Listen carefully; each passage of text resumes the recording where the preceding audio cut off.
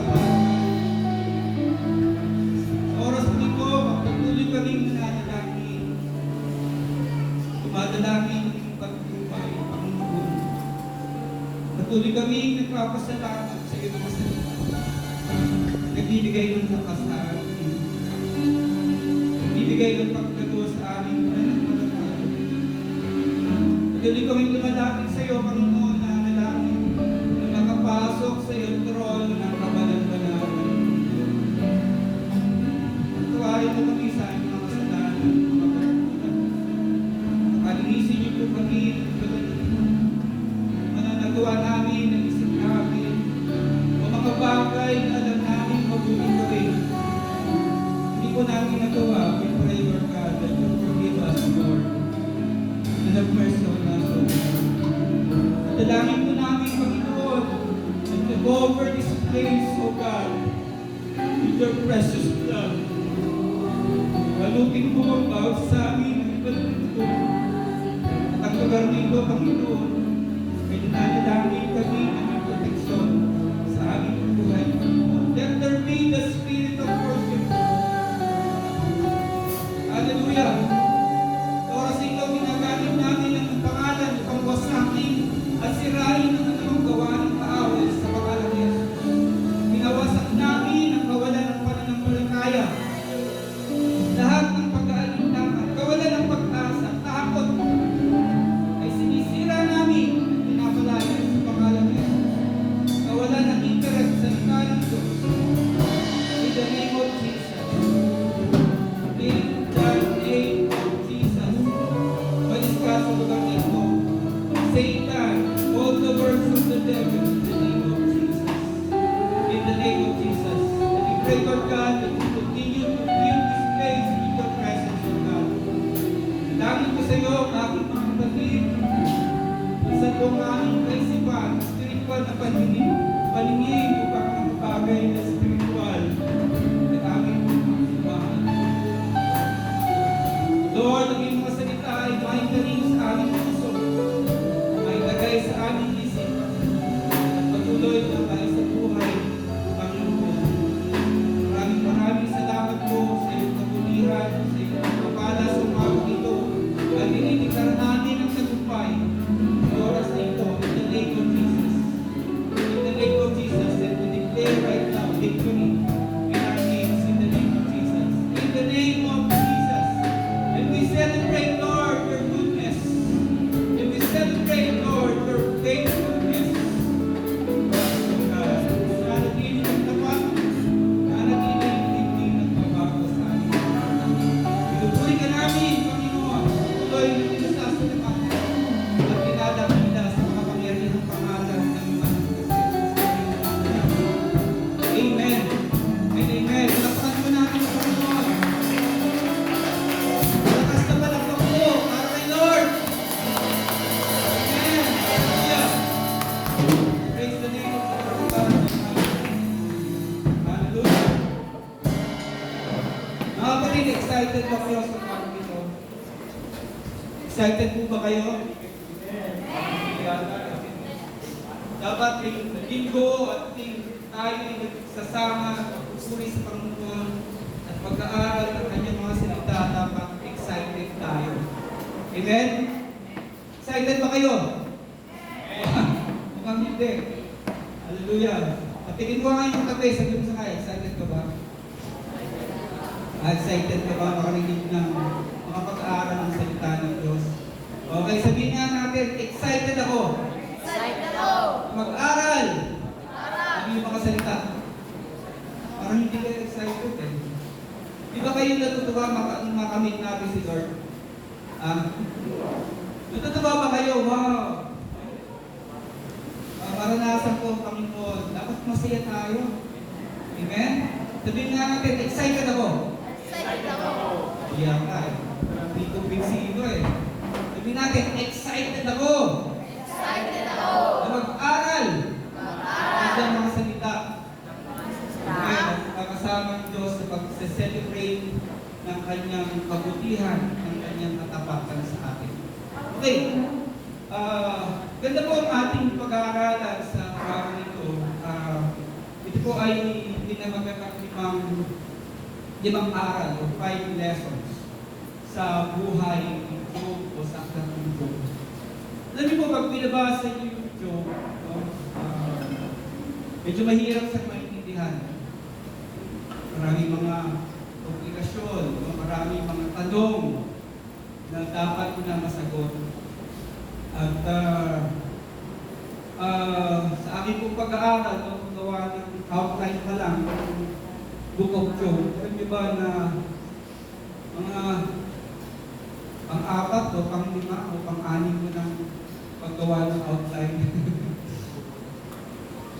Gawa ka ng outline, siguro na last week pa, gawa ka ng outline, then binago. Tapos Monday, Tuesday, muna na ng outline, then binago na naman, then binago na naman. Until Saturday ay sinat ako ni Ate Karin na nasa yung outline, bubuhin ko na. At tayo medyo nagkakaralong pa ako kasi ibigay ko ba sa kanya yung ginawa kong outline or kailangan baguhin. At medyo nag-struggle po ako ng konti yung Saturday. Nag-pop tayo sa isang kapag ako titulo na 5 aral, 5 lessons from the book of Job, mula sa aklat ng Job. Siguro ito yung nabasa na aklat ng Job. Huwag naman kasama kayo. Marami ba? Nakakatuwa sa Tuwake kasi yung satellite po natin sa Tuwake, Bible marathon kami dun. From Genesis to Revelation kami dun. Wow! Sabihin nga natin, wow! Ano malungkot ko yun? Sabihin natin, wow! Excited ako! Hindi, nakikita ko dyan yung mga magagandang dalaga. Kasi hindi lang yung video. Bible marathon ako doon. Yung kwento ito sa Genesis, Exodus, diba? Deuteronomy, Numbers, tapos nakarating na ako sa Ezra, Nehemiah, Esther, Book of Job. Sabi ko, naunawahan niyo ba yung ating pinag-aaralan? Tinanong ko yung ating mga kapatid at sabi ko sa kapatid natin doon ay wala daw siyang Bible na Old and New Testament. Meron ba kayong Old and New Testament Bible? Sino rito wala? Sabi ko sa kapatid natin yun, meron tayo doon sa bookshelves kumuha ka nila. Kasi baka naman kwento ako ng kwento sa inyo ay hindi nyo pa nababasa. Sino dito hindi pa nakakabasa? Naging honest tayo. Sino hindi nakakabasa pa ng Book of Job? Wala ba? Lahat nabasa nyo na? Okay. Basta ang exciting part ito. 5 aral o 5 aral o 5 lesson mula sa Book of Job. Maraming mga katanungan. No? Pagdating sa aklat ni Job, no? Buksan po natin yung ating mga Biblia. So possible, wala kayo na ng Biblia, pero meron kayong cellphone, Bible, meron kayong Bible apps, meron kayong Bible apps. Okay, kung kinuha naman ng yung mga cellphone, bawa kayo. Baka natin ang Biblia at buksan natin ang Job chapter 1, verse 1 to 3. Book of Job, chapter 1, verse 1 to 3. Ang pagbagan po ng ating pag-usapan ay 5 lesson o 5 aral patungkol sa aklat ni Job. Verse 1, Job chapter 1, verse 1. Ang ganda po. At very exciting aral ng salita. Kapag yung nararamdaman ko yung kanyang presensya, nagpapayak ka. Tama ba? Amen? Tama po ba? Kaya takot ko usap eh. Amen po ba? At pag binabasa ko yung Job, ay nasa room lang ako. Wow, pag binabasa binabasa mo yung Job, yung aklat ng Job, mararanasan mo talaga yung presensya ng Diyos. No? Mararanasan mo na para bang nararamdaman mo na may pumapasok ng anghel sa kwarto, sa bahay mo. So, para bigyan ka ng proteksyon sa buhay mo. Kasi yung pag-aaral ng Job ay makikita mo yung spirit real. No? So, mga spiritual na bagay na nakatago na dapat mong magniwala. Job chapter 1 verse 1, sabi ito, na isang lalaki nakatira sa lupain ng Diyos na ang pangalan ay Job. Sabihin niya natin ang pangalan ni Job? Job. Hindi siya ba? Job. Ang pangalan niya ay Job. Matuwid siya. Oh, grabe. Grabe yung pagkakilala ng Diyos kay Job. Diba? Matuwid siya. And then, alam ni Lord na matuwid siya, pero bakit sobra-sobra yung kanyang dinanas na pagdurusa at paghihirap. Pero alam ni Lord God Almighty na matuwid si Job. Amen? Amen ba? Sino ba kayo? Okay, tapikin mga katabi mo, sabihin mo ka, matuwid ka, katabi. Amen. Kumbaga, ang paningin ni Lord sa atin ay ginto, precious stone. Amen? Kalabitin mo ang ilong ng katabi mo, sabihin mo, ginto ka. Ginto ka. Ginto ka. Ginto ka, in a sense na, alam ng Diyos na ligtas ka, alam ng Diyos na matuwid ka. Pero pinahintulutan niya yung napakaraming pagsubok sa buhay mo. Amen? And then, after ng mapagtagumpayan mo yung mga pagsubok, at sinabi ng Panginoon, totoo nga, naging buka. Naalala ko po yung sinabi ni Lord Jesus Christ kay Pedro. Sabi niya kay Pedro, Pedro, susubukin ka. You will be tested. Bago tumilaw ang ano, tatatawa mo pa ng you will be tested. Alam mo, kami ng Kristo. But after testing, sabi ni Lord sa kanya, pag nakalampas ka na, pagsubok na yan, palakasin mo ang iyong buhay. Amen? Lapakan natin si Lord. Amen. Alam ni Lord, kumangkit ka. Pero dadanas ka ng maraming kabighatan na problema. Pero sinasabi ng Diyos, sabi ni Lord Jesus Christ kay Pedro, kaya-kaya mo yan, Pedro. Sabi mo nga sa katabi mo, kaya-kaya mo yan. Chicken lang yan. Kaya-kaya mo yan. Matapos mo yan, mapagtagumpayan, amen?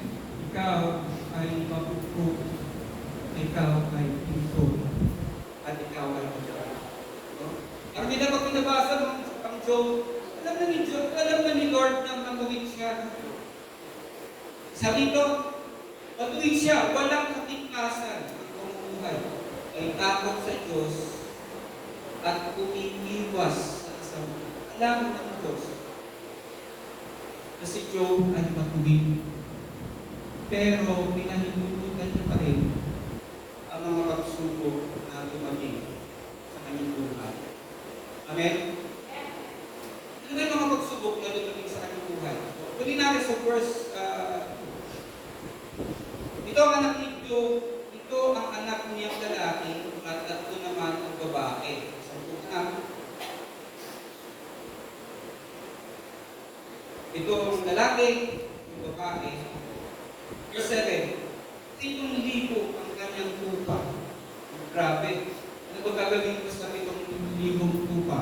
Maaaring kung si Job ay isang magaling na businessman o mga malakad. Ano ba ginagawa sa tupa? Possible na ginagawa ng damit. Meron siyang clothing industry. Maaaring gumagawa siya ng mga tela. 3,000 ang kanyang kamelyo. 3,000 kamelyo.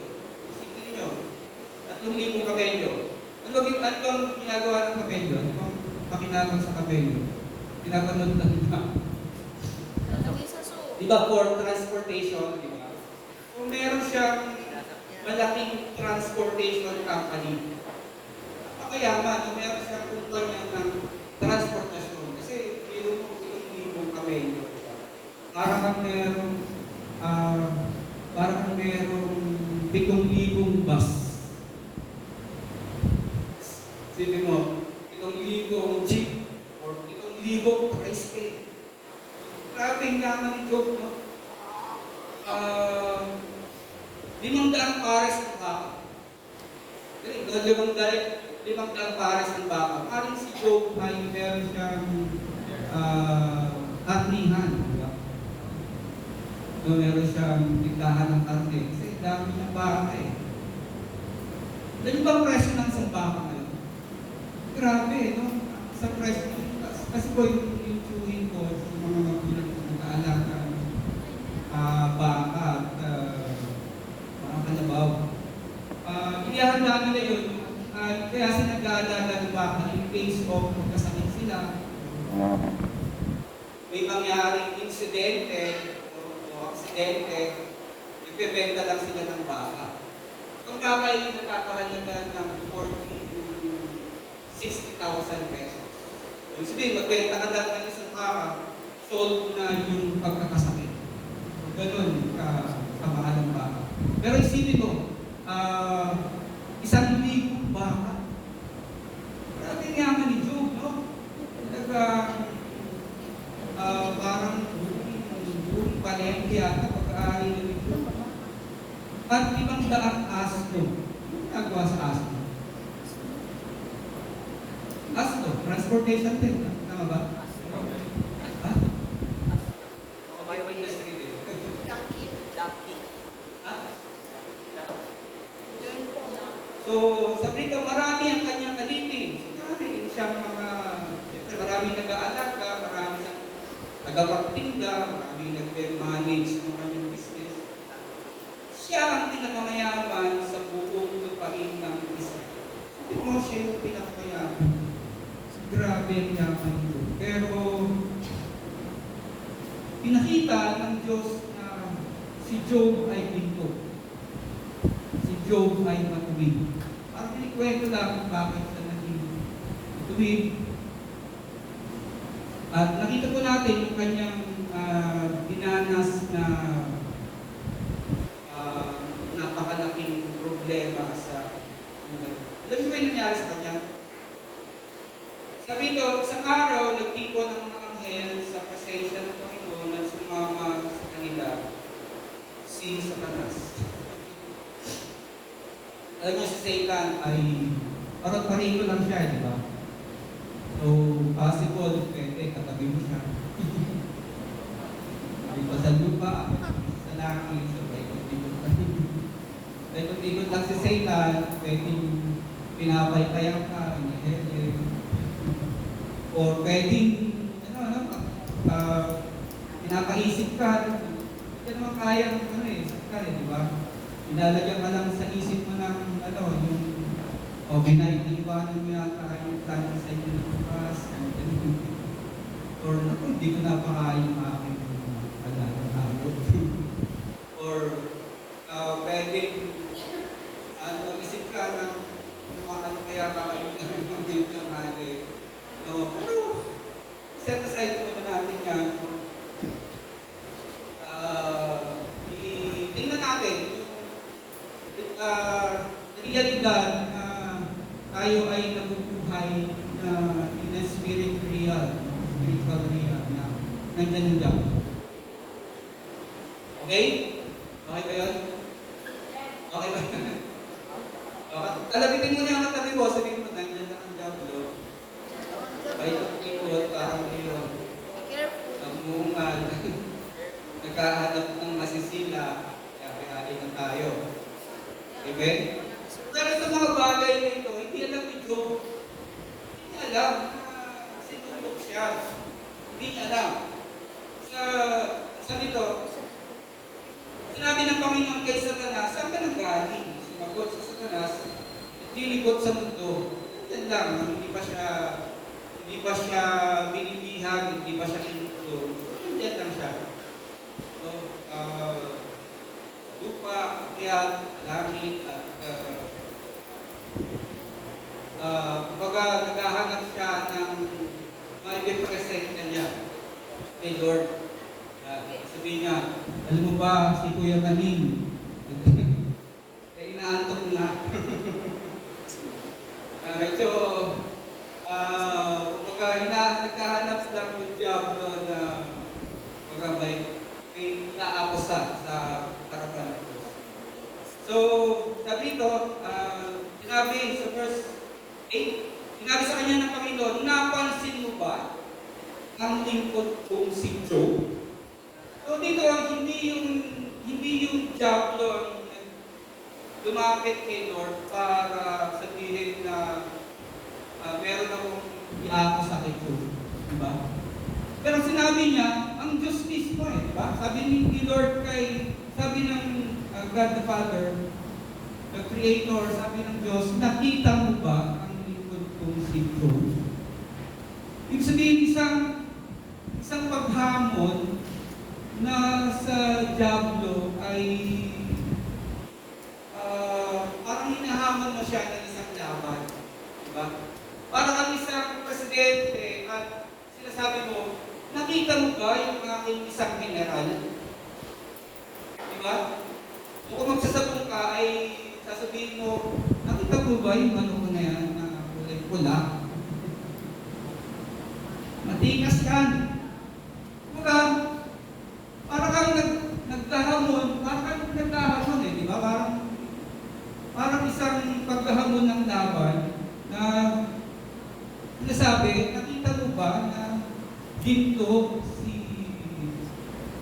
sino ba? Ginto si Ate Sally. Ayan. So, sasabihin naman ng alahera, meron ba kayong alahera? Dito, meron kami alahera. Okay, tingnan natin kung talagang ginto siya. Papatakan natin ano ginabatak doon. No? Papatakan natin susulihin natin yan. Pinapatak So, may pagkahamon sa Diyos na parang pinapakita niya na pinipresent niya tayo na ginto. Ano niyo ba sabihin? Amen? Nakita mo ba sa Zion na ginto yan? Nasabi ng Diablo, kasi nasabi ni Lord sa devil o sa Diablo, nakita mo ba sa Zion? Ginto yan. Diba? Medyo nag-challenge yung Diablo. Diba? Tingnan nga natin kung talagang ginto yan. Tingnan nga natin kung talagang matuwid yan. Diba? Sinabi sa kanya ng Panginoon, napansin ko ba ang ipot si Job? Wala siyang katulad sa buong mundo. Matuwid siya at malinis ang pamumuhay. May dakot sa aking iwas sa kasalanan.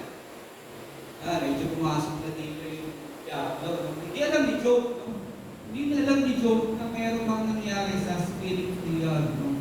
Kumbaga, ang akala lang natin na pag dumarating tayo sa pagsubok, akala natin si Lord ang gumagawa. Kaya sabi natin, Lord, bakit ako nagkasakit? Diba? Tama ba? Para iniisip natin na ang Diyos ang nagbigay sa iyo ng sakit. Para iniisip natin na ang Diyos ang nagpapahirap sa atin. Bakit ako nagkakaroon dito? Pero hindi natin naiisip na ang gumagawa pala nito ay ang Diablo sa atin. Amen ba? Amen ba? Yung mga inantok dyan, okay na. Wala naman. Hindi alam ni Job ang mga bagay nito. Diba? Kumbaga, parang isip ko, bakit ako pinakahirapan ng Diyos? Pero ang totoo naman, hindi ang Diyos ang nakahirap sa iyo. Pinahintulutan na lamang ng Diyos ang Diablo na gawin sa iyo ang mga bagay nito. Amen po ba? Amen. Amen ba ating halo? Pagkakot ko si Ate Halo sa akin. Pagkaalaga, pagtitinda ng mga gulay. Kaya kailangan nyo ng gulay, pagkaistinda. Sabi ito, sumagot si Satanas, may takot si Job sa iyo dahil pinagpapala mo lang siya. Siyempre, may mga blessing, di ba? Kaya faithful lang si Job sa iyo. Kasi blessed na rin. Marami siya kalialian, mayaman siya. Pero subukin mo alisin lahat ng kanyang mga kayamanan, kari-arian, lahat. Ibaran siya.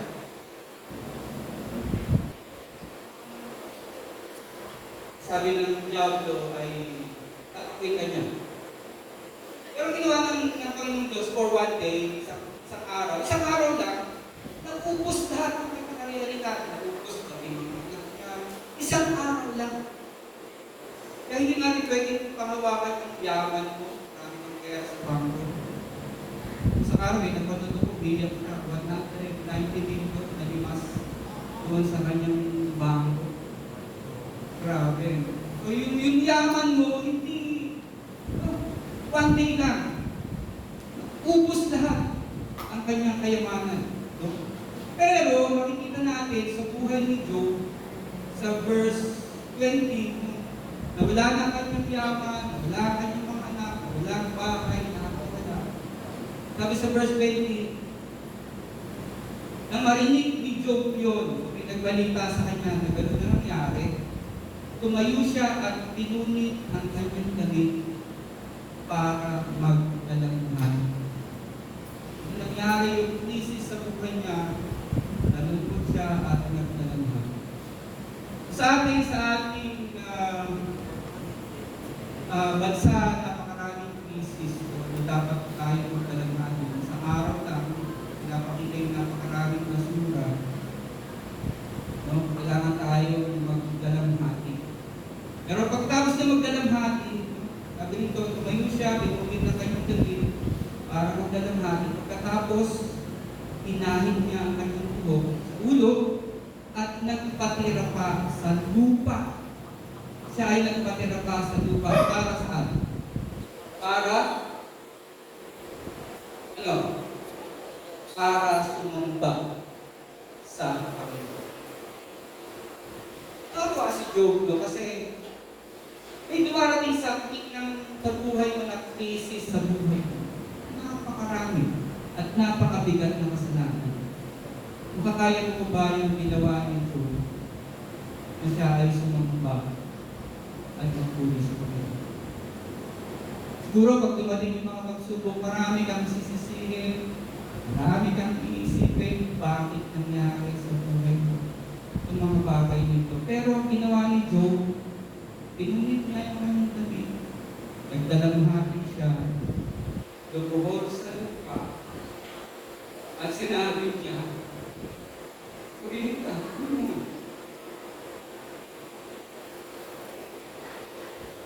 Amen? Sabi ba natin, pagdating ng mga problema, ang krisis sa buhay, ay ba natin sa mga ang Diyos? Pero ginawa ng Panginoon ay siya po ay sumamba. Sabi nito, sinabi pa niya, binahanap ko walang dala at mamamatay din ko. Walang dala. Pinanganak ko walang dala at mamamatay din ko. Walang dala. Ang Panginoon ang nagbigay ng lahat ng mayroon ako at ang Panginoon din ang kukuha nito. Galing sa kanyang purihin ang Panginoon. Purihin ang pangalan ng Panginoon sa kabila ng lahat ng nangyari, hindi nagkasala si Job, hindi niya sinisig ang Diyos. Amen? Amen? Amen. Meron bang panahon na dumarating yung crisis sa buhay natin? Crisis si Ma'am Rose. Bakit ako nagkasakit? Bakit nangyari ito sa akin na upos lahat ng puhunan ko at umagot? Bakit nangyari ito sa akin? Pero hindi mo nakikita na merong gumagalaw. Merong spirit real. Hindi ang Diyos ang gumagawa nito. Hindi ang Diyos ang nagpapahirap sa iyo. Hindi ang Diyos ang nagbibigay sa iyo ng sakit. Hindi ang Diyos ang nagbibigay sa iyo ng problema. Dapat mong makita na ito ay gawa ng Diyos. Amen? Kaya mo bang lumaban? Kaya mo bang i-resist at tipuan mo sa buhay mo? Amen ba? Lord, continue to cover us with your precious blood. Hindi mo kami ingatan. Diba yung Lord's Prayer, ingatan mo kami kung kami ilagay sa mahigpit na pagsubok. O kung mahihulutan ng maaway ay pahirapan ako. Pero, merong aral pa rin sa aklat ni Job, sa kabila din siya ay naghirap. Sinaba pa rin niya ang Diyos. Pinakita pa rin niya ang Diyos ay makapangyarihan. God is creator. Ang Diyos ay dakila. Gagawin niya kung ano ang gusto niyang gawin. Kahihintulutan niya kung ano ang gusto mong kahintulutan. Ang sabi nga nito, isinilang akong walang-wala, mamamatay din ako. Walang-wala at hindi ko matahil. Amen? Amen po ba? Hindi lang tayo wala. Mawawala din tayo sa mundo. Hindi natin kaya tuloy ang ating kaya. Okay, nakapasa siya. Nakapasa sa unang pagsubok. Lahat ilimas yung kanyang kanilihan. Pero tutulog po rin, no? Sige, makulit ito ang Diablo, makulit talaga siya. Kapalayan na, napansin ko, sabi ng Diyos naman sa kanya, yung kanyang, chapter 2 verse 3, sinabi sa kanya ng Panginoon, napansin mo ba ang aking lingkod sa iyo? Wala siyang makulat. Sa buong mundo, matuwid siya, malinis ang pamumuhay niya, bakit sa akin iwas sa sama. Dapat pa rin siya sa akin kahit pinilit mo akong payagan ka, nasaktan siya ng walang dahilan. Pero sabi ni Job, kaya lang naman siya tapat, kasi kahit alisin mo yung kanyang ari-arian, lahat, tapat pa rin siya. Pero bakit hindi subukang siya ay magkasakit? Tinulutan ng Diyos. Alam niyo po, meron po akong, kasi nagko-connector po ako eh. Meron tayo, kasi sabihin na natin kapatiran. Kasi tumanggap na naman sa ating Lord Jesus. Alam niyo ba na meron siyang sakit, buko sa buong katawan. Hindi siya makatay. At, pinapaliguan lang siya niya i-safety. Nung nakita ko na iisip din ako, Lord, bakit pinililutan mo sa ng ganito? Dalas, pinupunta ako, pinipray ko siya. Pero, di pa rin, kanin pa rin yung sitwasyon niya, hindi siya nakakabaho. Lord, bakit isip? Kaya naisip ko na lang na mga pagsubok na dumating sa kanyang buhay para siya ay maging matuwid na kapaligtas. Siyempre, nakahiga ka ng alam, di ba? Hindi mo na maisip mo anong kasalanan. Hindi mo na maisip na ito magkakapak mo. Baka hihintay ka lang na ulit ka ni Lord para sa Lord, ito mo na. So pinahintulot. So, ang nangyari ay, o sige, gawin mo ang gusto mong gawin sa kanya, pero ako siya kapag-tulog. Sa verse 18, sumagot si Job, no? So, sa madaling salita, nagkasakit siya, nagkaroon ng pigsa buong katawan. So, pinakayag na lang niya yung pigsa niya buong katawan. Nasubukan niyo na bang magkaroon ng pigsa? Sino rito nagkaroon ng pigsa? Ikaw masakit? Isa lang sa pwede, talagang ito talagang napakasakit. Pero isipin mo, pigsa buong katawan. Sa ulo, may pigsa. Diba? Buong katawan mo, sa kamay, sa paa, sa katawan. Pero kung pigsa buong katawan, isipin mo, gano'ng masakit. Pero, sa kabila nito, yung kanyang asawa ay pinag-split pa rin siya. Sabi ng kanyang asawa, magiging tapat ka pa rin ba sa Diyos mo? Nagpura na yung Diyos mo. Sabi mo na siya. Pero yung sagot dito ni Job ay sumagot si Job, nagsasalita ka ng walang kabuluhan. Isipin mo yung asawa mo na mag-iinkarin sana sa iyo. Isipin mo yung asawa mo magpapalakas sana sa iyo sa pagdating ng problema. O isipin mo yung mga anak mo sana inaasahan mo, tutulungan ka. O yung asawa mo, anak mo, kapatid mo, tutulungan ka. Pero hindi ka tinulungan. Sabi nito ay sumagat si Job, nagsasalita ka ng walang kabuluhan. Mabubuting bagay lang ba ang tatanggapin natin mula sa Diyos at hindi ang masasama? Sa kabila ng lahat ng nangyari sa kanya, hindi nagkasala si Job kahit sa lipa. Hindi niya sinisisi ang Diyos bakit nangyari sa kanya yung pagkakataon ito. Amen? Yung times of crisis ay pagdating ba na makaparusa, problema, kapitatian, sinisisi ba natin ang Diyos? Ang bakit nangyari sa akin ito? Pwede magtanong ka, diba? Pero dapat makita mo yung spiritual na nangyari na hindi si Lord ang gumawa sa iyo. Amen? Amen? Sabihin na natin, hindi ang Diyos. Ba't nagbigay sa akin? Ang sakit, problema, hindi ang Diyos. Pinahintulutan lang ng Diyos ang diablo na subukin ka para mapatunayan na ikaw ay Diyos. Amen? Alam ng Diyos kung matuwid ka, alam ng Diyos na tinubos ka ng ating Panginoon sa Kristo. Alam ng Diyos ikaw ay pupunta sa langit. Amen? Pero pinapahintulutan ng Diyos. Pinapahintulutan ng diablo gawin sa atin ito mga kapatid. Amen? Amen po ba? Dapat makita natin na kaya tayo nagkakaroon ng mga problema, hindi gawa ng Diyos. Hindi gawa ng Diyos. Pero pwede ba natin bayaran ang ating mga kasalanan? Pwede ba natin bayaran? Ate Belgi, ang ating mga kasalanan?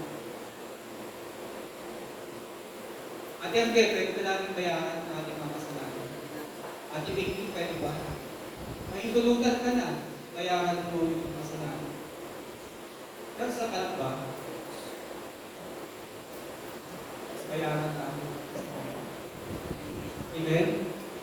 Meron isang tulubos sa ating mga kasalanan, ang ating Panginoon sa Kristo. Merong tatlong krisis na dumaan sa kanyang buhay, dumating sa kanyang buhay. Ang sabi niya sa kanyang asawa, mabubuting bagay lang ba ang tatanggapin natin mula sa Diyos at hindi masasama.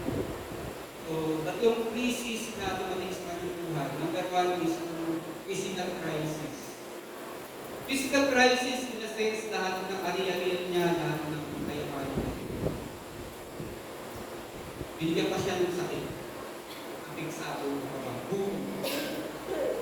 Physical crisis. And then, nagkaroon siya ng pangalawang crisis, which is theological crisis. Theological crisis, in a sense, alam mo, naniniwala ka na ang masama ay parusa. Amen? Ganun ba? Yun yung teorya natin. Ang masama ay parusahan. Diba? Lagi yung sinasabi sa anak mo, ano? Kung maging masama, maging kapitol. Alam natin na ang masama ay parusahan. At alam din natin, yung ating pananaw na ang mabuti ay gagantipalaan. Amen ba?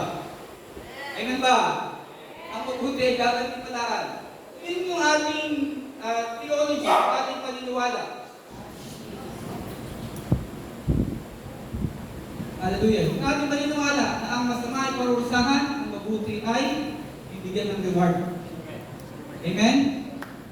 Pero si Job, hindi ganun ang nangyari. Diba sinabi doon, wala siyang kasalanan. Siya ay matuwid. Pero sa kabila ng kanyang kawalan ng kasalanan at pagiging matuwid, binigyan pa rin siya ng ganitong parusa at sa thesis sa kanyang buhay. Kaya sinasabi niya, bakit? Wala naman po talaga akong kasalanan. Amen? Amen ba? Ay ba nagkakaunawaan kami ngayon? Amen?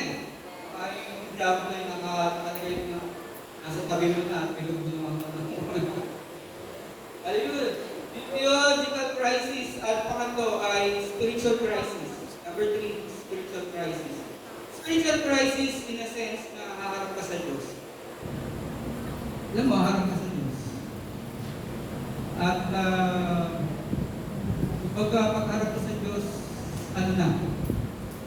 Lord, ano po ba yung aking magiging kalagayan?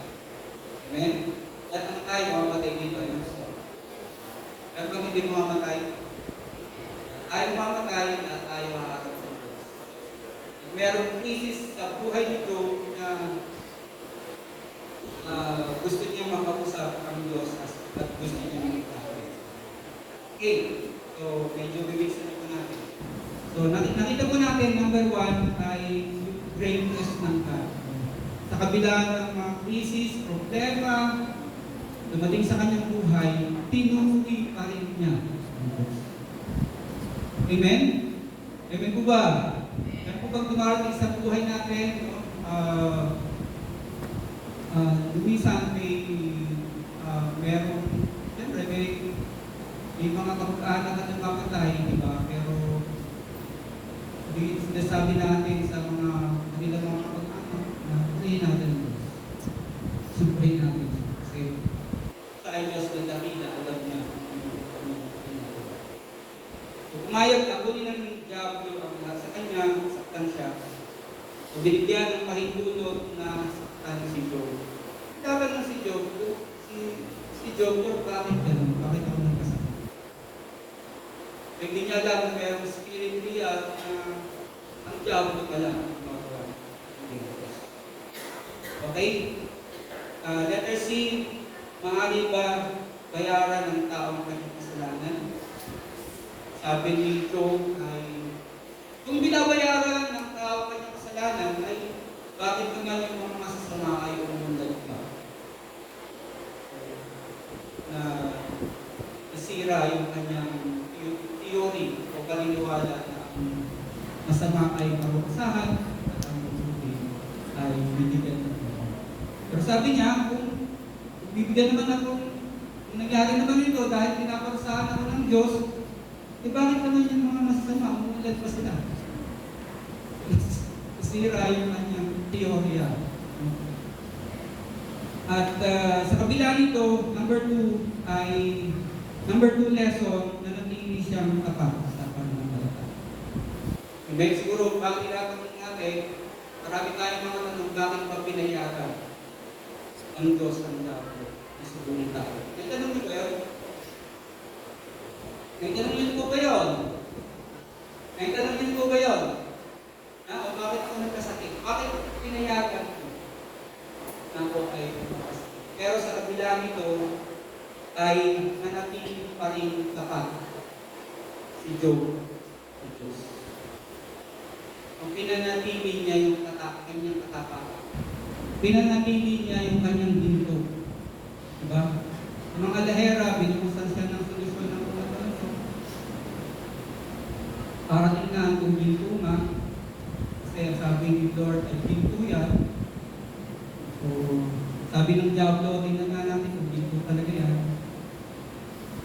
Buhusan natin ng manunong chemical at padaanin natin sa apoy.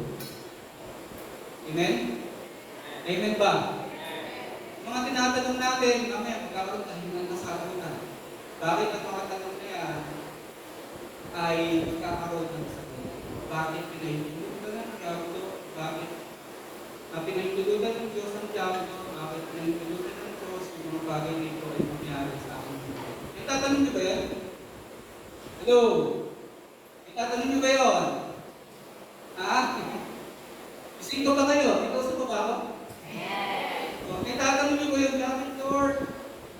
Ano nangyari sa akin ito? Diba? Mamaya may sagot. At pag na-discover niyo yung sagot, ay sabihin niyo, wow. Sabihin natin po. Gusto niyo nang malaman ang sagot? Gusto niyo nang malaman? Okay, mamaya. Wait lang tayo. Sabi nga ng mga kabataan, wait lang tayo. Mamaya, masasagot yan yung ating mga katanungan. Bakit ba pinahintulutan ng Diyos ang diablo? Okay, so sa Job 14 verse 16, no? Tayo sa chapter 14 verse 16. Sabi dito, kahit sa mga araw na iyon, babantayan niyo pa rin ang aking mga ginagawa. Pero hindi niyo na alalahanin ang aking mga kasalanan. Parang ipinasok niyo sa bag, pinahing at tinakpan para hindi niyo na makita. So, nandun pa rin yung pag-asa ni Job na kahit na dumating siya sa kamatayan, kasi nag-wish-defend pa. Lord, sana, ulit mo na lang ang buhay. Pero nakakatuwa yung kanyang mga kaibigan, kasi meron siyang tatlong kaibigan na encourage siya. Hindi ka na encouragement, kundi dinown pa siya. Dinown pa siya. Imbis na palakasin siya, umdas pa niya yung kanyang mga kaibigan. At sabi ng kanyang mga kaibigan ay, alam mo ba, Job, bakit ka nagkasakitan ng hirap? Sabi ng mga kaibigan niya, ano ba kayong mga kaibigan gano'n? Sabihin natin, wala. Sabi ng kanyang mga kaibigan, alam mo ba, Job, bakit nangyari sa buhay mo yan? Kasi, may kasalanan ka. Imbis na yung kanyang mga kaibigan, imbis na encourage siya, imbis na palakasin si Job, dinahon pa. Dinahon pa si Job na, alam mo ba kung bakit ka nagkasakit? Kasi may kasalanan ka eh. Diba? Parang dinatawag ba yung tao na, alam mo ba kung bakit nangyari sa buhay mo yan? Kasi kasaan ka. Amen? Romans chapter 8 verse 1, there is now no condemnation for those who Christ Jesus. Hindi dahil lahat ng mga nakikita sa akin Kristo. Pero, ang katuwa dito ay nasusubaybayan niyo ba yung istorya? Amen? Amen ba?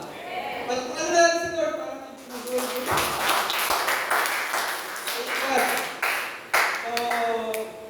Ang kanyang mga kaibigan, kanyang asawa, una yung kanyang asawa, sabi ng kanyang asawa, imbis ka encourage niya yung kanyang asawa, diba? Ang maganda ng asawa ng ganito. Diba? Sabi ng kanyang asawa, sumay mo ang Diyos mo. Hirap ka, nakasakit ka pa. Diba? Pero, tapos yung kanyang mga kaibigan, inukundem pa siya. So, sabi ng kanyang mga kaibigan niya ay, pagsisihan mo yung kasalanan para bumalik yung kayamanan mo. Pero, si Job, hindi siya naghamad ng kayamanan.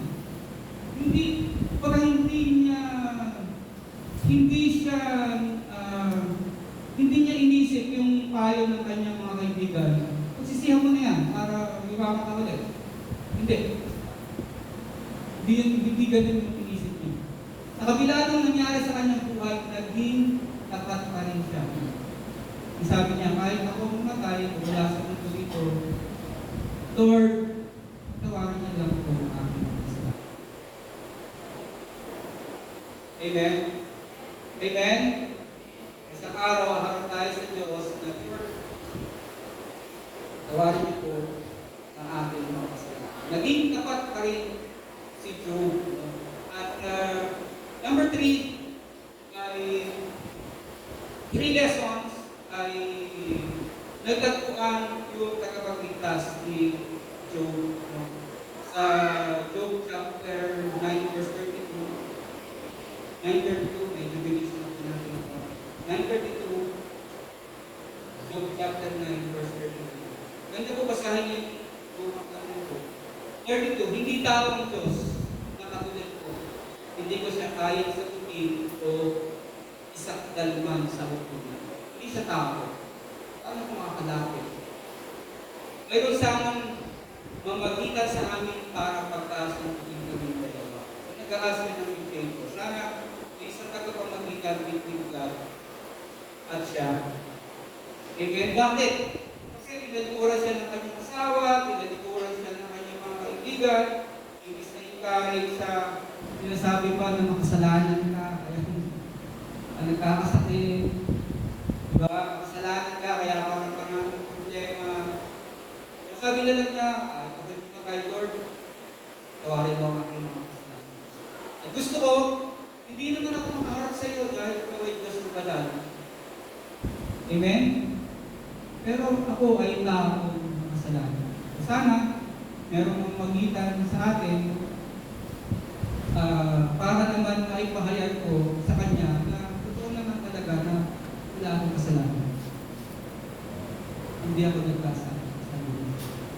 So, nagkatuan niya si Lord Jesus Christ.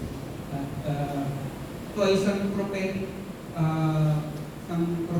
din na nangyari sa buhay ni Job, yung ginawa ni Lord Jesus Christ.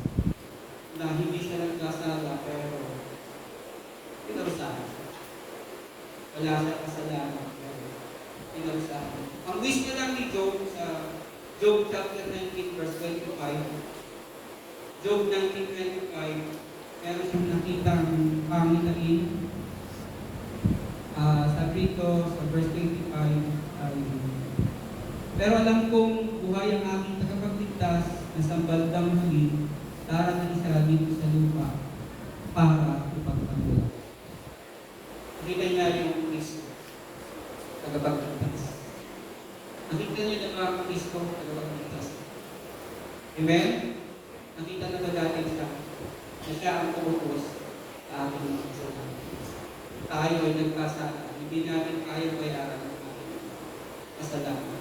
Pero ginawa ng Diyos lahat ng ito ay pinuha niya at pinaghihirap niya na gawin sa cross ng Kalbaryo.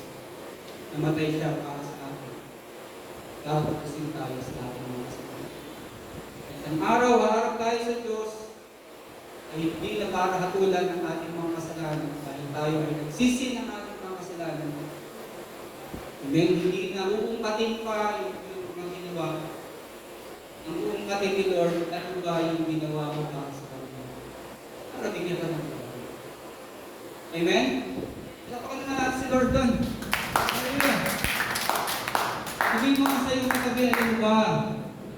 Pagdating ni Lord, ang hahanapin niya, ano yung ginawa mo para sa Kanya, para bigyan Kanya ng gantimpala. Lahat ay binura na nito ng ating mga kasalanan. Ang hahanapin niya, ano yung ginawa natin para sa Kanya. Amen? Sa mga kabataan, join na tayo sa ating Kristo. Maraming mga gawain, maraming mga klase ng paglilingkod, tuturo sa mga bata. Amen. At Cathy, ba't ka na sa ministry? Pagpakala si Lord. Kuya. Amen. Ano pa kayo? Lingkod pa tayo kay Lord. Kasi hindi na, pagkaroon natin kay Lord, hindi na umpating yung ating mga kasalanan. Umpating na lang yun, ano kung ginawa ko para sa akin? Para bigyan kita ng reward. Diba? Amen? Amen? Hindi mo naman pwede sabihin, Lord, nagbutas lang ko ng upuan. Amen, God, sabihin, Lord, nagbutas lang po ako ng upuan kada linggo. Hindi po. Ano bang ginawa natin sa Kanya? Gawin na tayo sa ministry. Amen? Amen? Tatingin mo katabi mo para mag-isig. Maglingkod na tayo kay Lord. Mag-serve tayo kay Lord.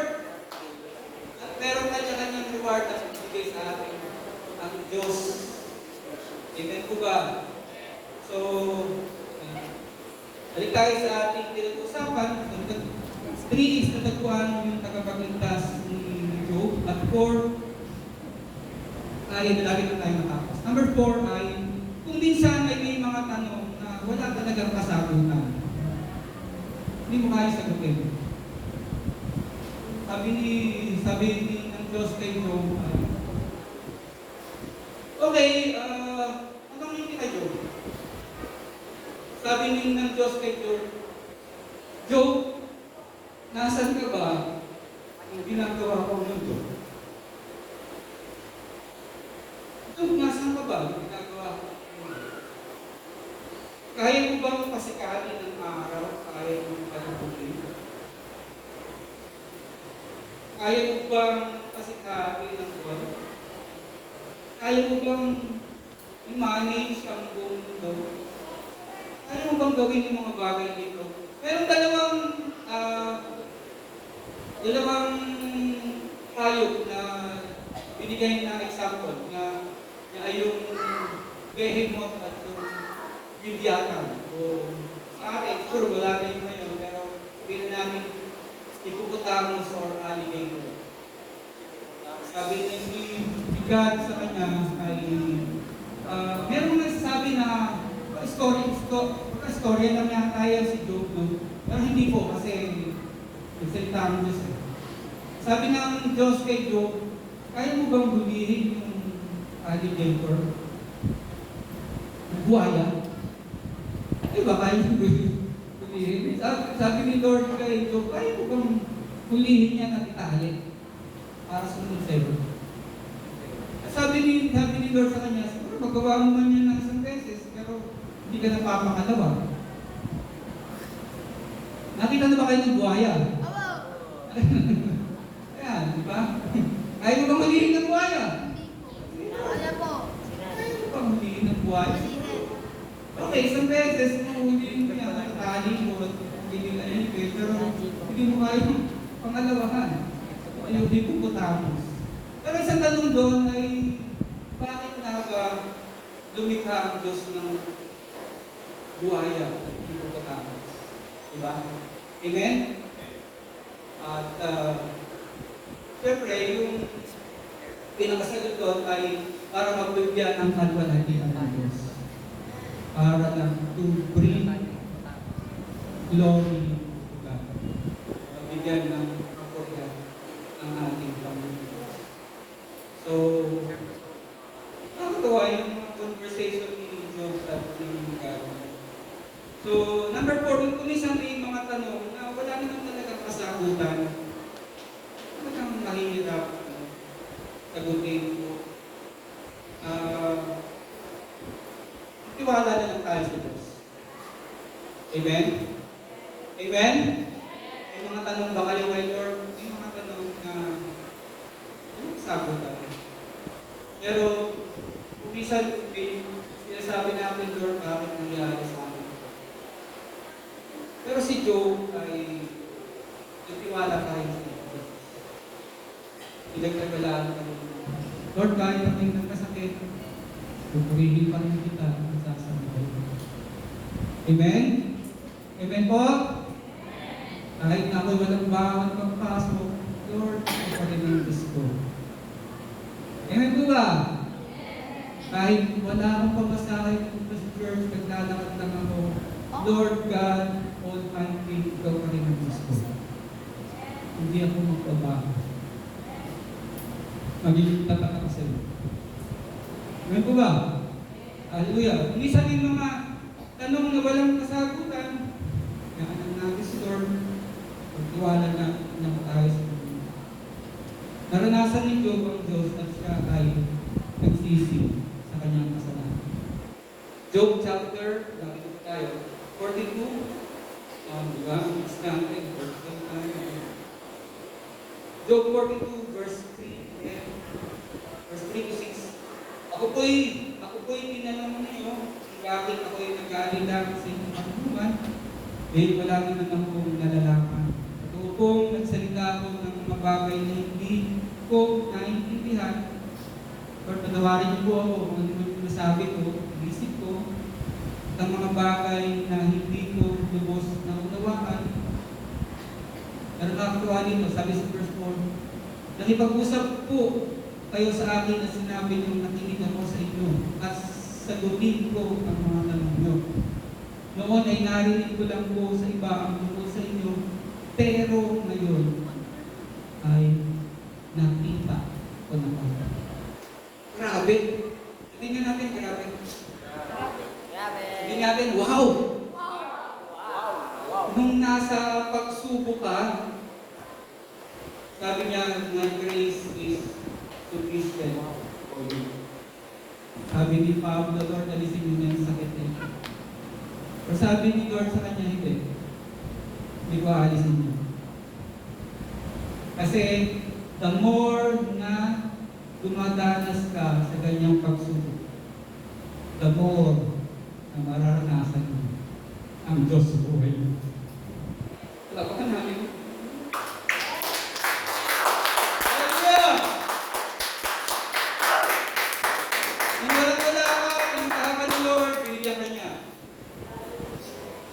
Hirap na hirap ka, pinuntahan ka niya, binigyan ka niya. May sakit ka, pinuntahan ka ni Diyos. Pinagaling ka. At habang nararanasan natin yung sakit, maranasan natin ang pagkilos ng Diyos sa buhay natin. Amen? At kapag dumarating yung mga pagsubok, Lord, tuloy mo rin ako na nasa tayo sa iyo. Verse 6,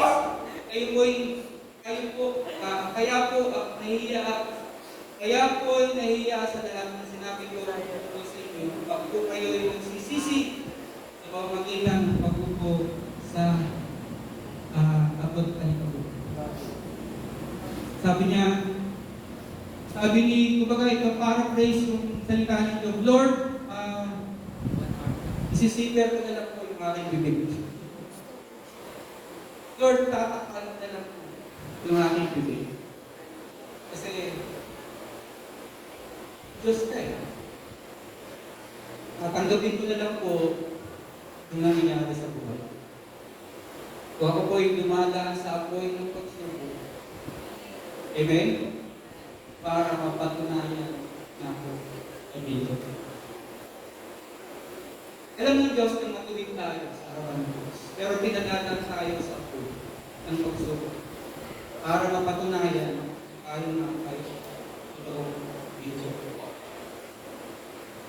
Last verse po. Job 42 verse 10. Sabi dito, sabi ng Diyos sa kanyang mga kaibigan, nagsisi na kayo kasi hindi talaga yung sinabi mo sa akin. Kanya kayo ng mga hayop na susunod para sabi dito, si Job ay nanalangin para sa inyo at nasagutin ko ang kanyang panalangin. Hindi ko kayo parusahan ng nararapat sa inyo kamangmangan para magpatawad ko rin kayo. So, verse 10, katapos ipanalangin ni Job ang kanyang mga kaibigan, magkaroon sila ng reconciliation, magkaroon sila ng kwentuhan, kabilang ng mga nangyari.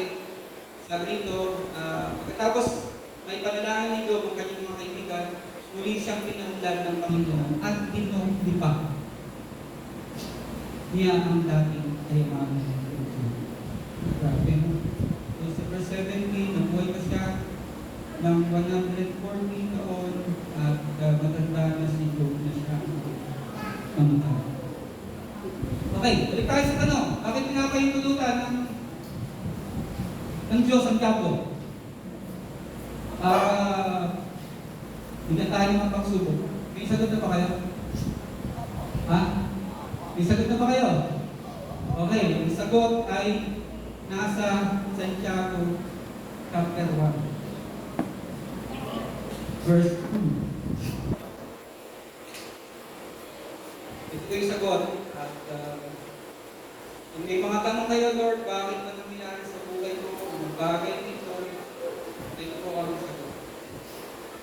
St. James or Santiago. Santiago. Ito kasi kinuha yung pangalan ko. Santiago. Yes, from Santiago. Next week. Santiago. Okay, Santiago, chapter 1. Sabi dito, mga kapatid, verse 2. Hello? Lapitin mo ang katabi mo. Sabi mo sa kanya, last verse na po tayo. Kaya mainit. Tayo. Mga kapatid, so, yung pinabanggit si Job, yung pinabanggit si Santiago, na nag-inspire din sa Job. Sabi niya dito, mga kapatid, magalak kayo tuwing dumaranas kayo ng mga pagsubok. Hello? Wow! Sabi nga natin, wow! Grabe! Ibig sabihin, kaya may malaking pagsubok, kaya naman malaking blessing, no?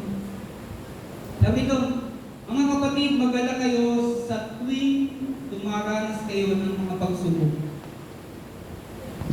Sapagkat alam ninyo nagdudulot ng katatagan. Kung nagiging matatag ka, nagiging matatag tayo. Sabihin, nagiging mature tayo. Diba? Yung ating bansa ay dumadanas ng maraming crisis, pero hindi pa mature yung ating mga politiko. Hindi pa mature yung ating mga leader. Inaantay natin na mag-mature sila, na dumating yung panahon na sila mag-away-away, karisa sila. Sa ngayon ay hindi pa mature yung ating mga leader kasi meron pa sila mga personal interest. At kaaway-away pa sila, hindi pa sila mature. Hindi pa sila, bagay sabi ito, sapagkat alam ninyo nagdudulot ng katatagan ng pagsubok sa pananampalataya ninyo. Kasi talagang sinusubok tayo. Kaya tiisin ninyo.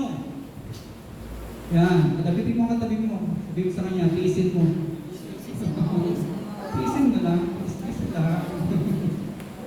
Tiis lang. Wait lang. Tiis lang. Kaya tiisin ninyo ang mga pagsubok. Tiis lang. Upang maging ganap. Wow, grabe, no? Ang purpose pala ni Lord, no? Kaya sabi ni Lord, magtiis ka para maging perfect ka. Perfect. Para maging ganap ka. Sabi ni Lord, maging ganap kayo tulad ko na ganap. Kaya sabi ni Lord, tiis-tiis lang muna. Kasi gusto kong maging ganap kayo at walang pagkukulang. Amen? Amen? Amen ba? Kaya pala yung pinutyanin ng Diyos nasubukin tayo kasi gustong makita ng Diyos ang tunay nating pagkatinto.